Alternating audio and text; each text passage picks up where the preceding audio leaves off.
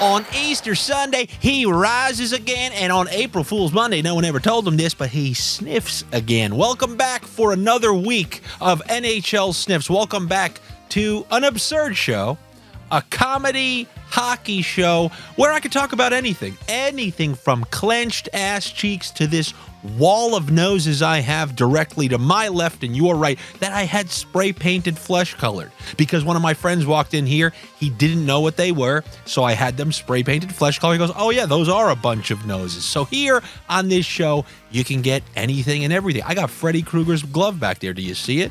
I got Daniel LaRusso's Karate Kid headband on a statue of a big nose with a Mario Brothers question mark box on top of it. You can get anything here.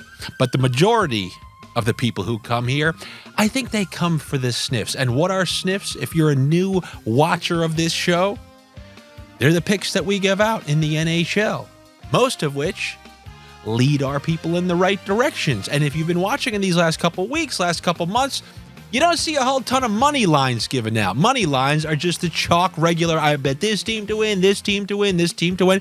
Because in the NHL, most people have to learn that unlike most sports, it is unbelievably easy for the San Francisco 49ers to lose to the worst team in the NFL. Well, whoever you want to deem, the Arizona Cardinals, no Kyler Murray, easily can beat the San Francisco 49ers. And you guys continue to see this night after night after night. You see the Philadelphia Flyers, they need to win for third seed in the Metro. And what do? They just get cracked on their own home ice by the Chicago Blackhawks. You see the St. Louis Blues. They win a game. They're 3 points out of the last playoff spot. Home against the Sharks. What do?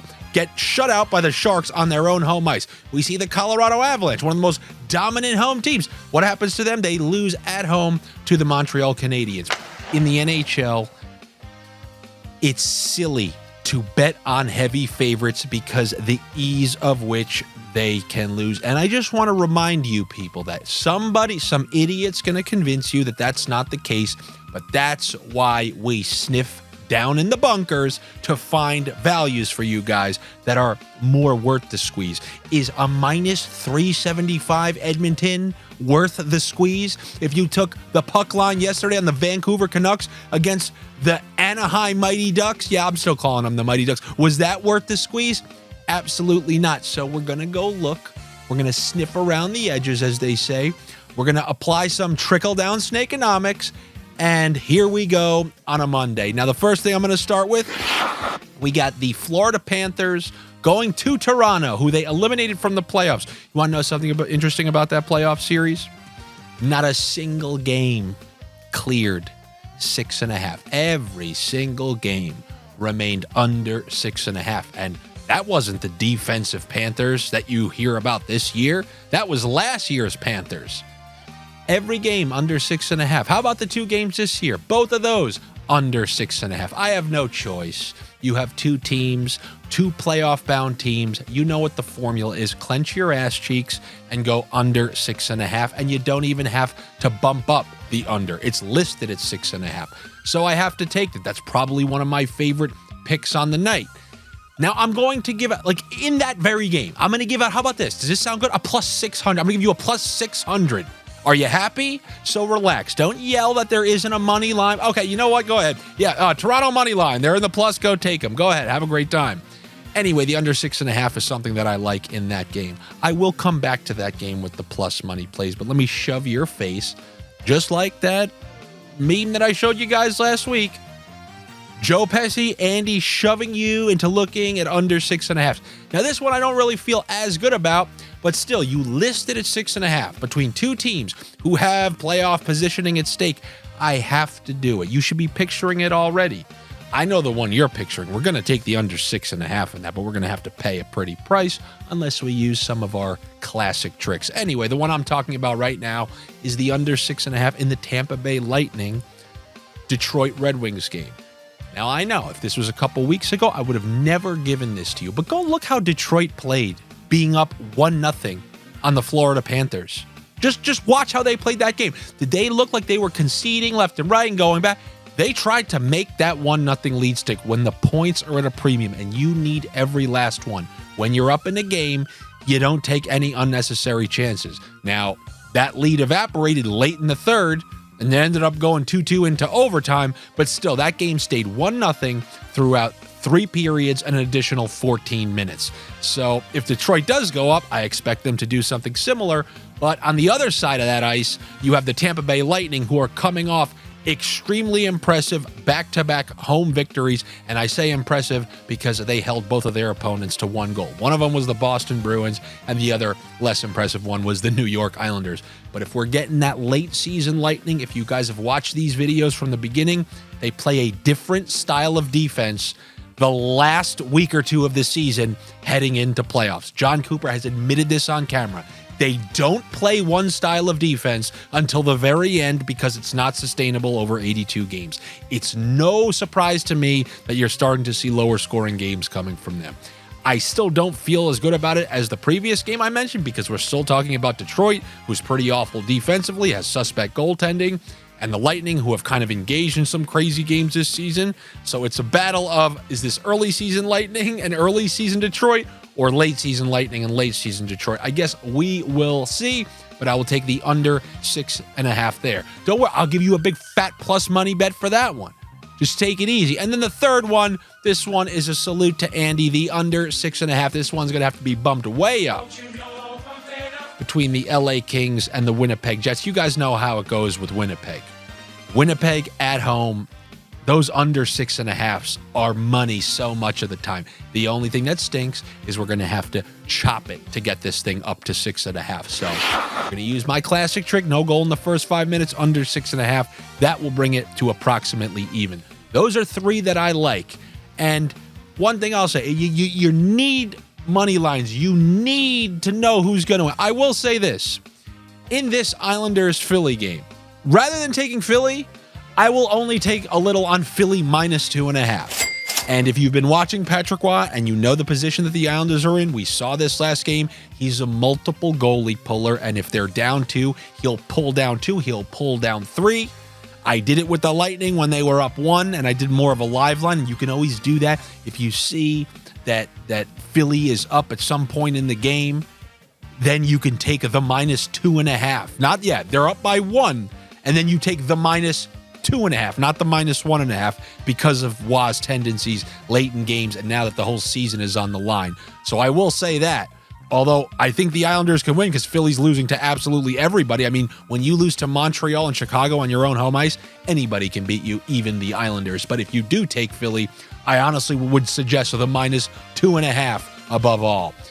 Anyway, some more trickle-down Snakenomics plays. Here are a couple plus money point props that are definitely worth the squeeze. I'm going to start with Jake Neighbors.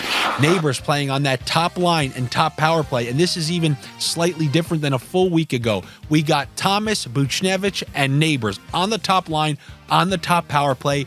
I was waxing picks with them a couple nights back. So much to the point, if you miss this combo 3 straight games and hit it in the 4th one, you're still up from the first one and are going to clear the next 4. This is a point prop combo that I really like, but Neighbors by himself is like a plus 110. Playing with those 2 line mates, playing at home against Edmonton. Last time they played Edmonton at home, I think they scored, it was either 4 or 5. So the Neighbors point is a good one. Then going back to that Toronto-Florida game, Vlad Tarasenko is on the top line with Barkov. Barkov is murdering it. While that Tkachuk line is doing absolutely nothing at the moment, that Barkov line is responsible for so much of the offensive production. He had 2 points against the Islanders, another 2 points in that last game. In a game where they only scored 2 goals, he scored both of them. Tarasenko got a goal in the game against the Islanders. I think he's another good point prop. And then also, if I saw this correctly, Brandon Montour, you guys remember when he came back? You remember when he came back and there was all sorts of value on that point prop. Well, nothing's changed. He's still their most offensive defenseman. He's still running the point on their top power play. And I understand that I took the under 6.5, but I'm just talking about with value. And, they can win a game 4-2. And it still stays under that 6.5. But typically, I'm not a huge fan of taking over on point props with an under, because what if it's 4-2 or something? You still need the point prop, and now you've just screwed yourself. So I think Tarasenko and Montour are 2 good values in that game right there. And then I'll give you a juicy one with some of those guys. If you go with that Tarasenko assist with the Barkov over 1.5 points, you're just looking at a fat stack. And that's something that I'll definitely be sprinkling on. Remember, you can miss 4 of those in a row. You hit the 5th one, you're in profit after all those losses. It's something that people, they never really seem to grasp. Like the 2-pointers. If you hit one of these plus 1100s, you can miss the next 10 or so. Well, what's one that's above plus 1,000 or something like that? Well, how about this? You got Colorado. You love betting them. They're going to play Columbus. They've been missing Jenner for a game or 2 because he's been sick. Well, whether he comes back or doesn't come back, if you take a 2-point combo for Gaudreau and Nylander, who's on that top line, who's on that top power play, and they're able to just get 2 goals, you know you can score against the Avalanche. Avalanche can win this game 6-3. You know what? I'm just looking for 2 points from those guys, and if you get that, you're getting a plus 1,500, something that's worth a half sniff. You get that, you can miss the next 12. But you know how it is. If the next 2 miss, people are going to complain. Why? Yes, sir, because they are indeed gargoyles. But I will take a small sniff on those 2 points for Gaudreau and Nylander in that game versus the Avalanche. And then going back to Neighbors. You take Neighbors for an assist, and you take Robert Thomas for a point. Plus 425 right there. Like, these are absurd prices. One goal for the top line or top power play against Edmonton on their own home ice. If you get that assist from Neighbors and a point from Robert Thomas, plus 425. It's incredible. I love sprinkling little mini sprinkles on stuff like that. I mean, a whole ton of mine missed the other night, a handful hit, and I was well into the plus money. So that's something that I like to do. But if you, sir, you want to focus on the minus 400 favorites on the slate, go ahead, have yourself a merry old time. And then in that game on the other side, I truly have no problem with Connor McDavid over 1.5 points every single game for the rest of the year. I mentioned that I took him at plus 1,100 to win the Art Ross like a mere 2-3 weeks ago, and now I believe he's the favorite. He just goes off every single game. He is rolling, but now, unfortunately, his over 1.5 points, like last game was minus 166, so it's not even close to like minus 110, minus 115 like it used to be. But one thing I don't mind doing, you throw a Hyman assist with those Connor McDavid 2 points, you're getting a big fat plus money payout. But something that I'm looking at on top of that, because I do love taking McDavid every single game, Adam Henrique, the guy who was just failing mid. They traded for him, gave up a lot, failing miserably. Well, over the weekend, I kind of sniffed out, let's take Henrique for a point, plus money point. Why is that? I see him on the second line with Draisaitl. I said, let's see if he can get going against his old team. Scored the opening goal within a couple of minutes. That one cashed.